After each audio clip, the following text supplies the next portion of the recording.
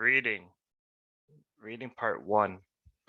The residential school system was a part of Canada's history for over 150 years.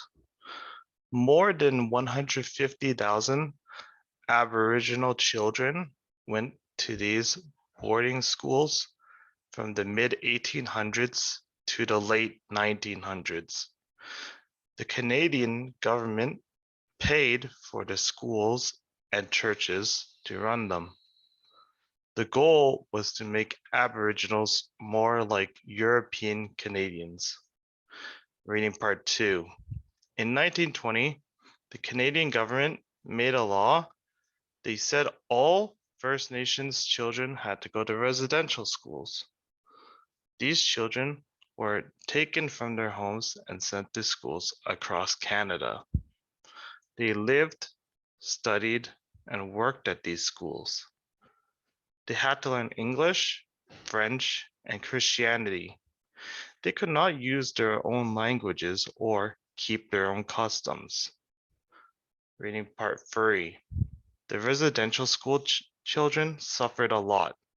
They suffered from physical, sexual, and emotional abuse.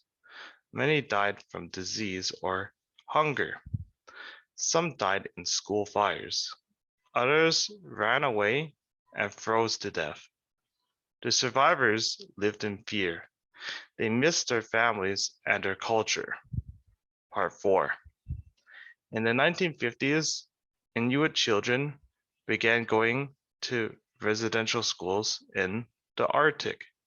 Soon after, the Canadian government realized this system wasn't working. Aboriginal children needed to be near their families. In the 1970s, many residential schools closed. Canada's first peoples began to run their own schools. Reading part 5. Many survivors of these schools told their stories when they became adults. Some got together and sued the government. In 2005, the Canadian government began paying survivors for their losses and suffering. Churches and the government apologized for the abuse.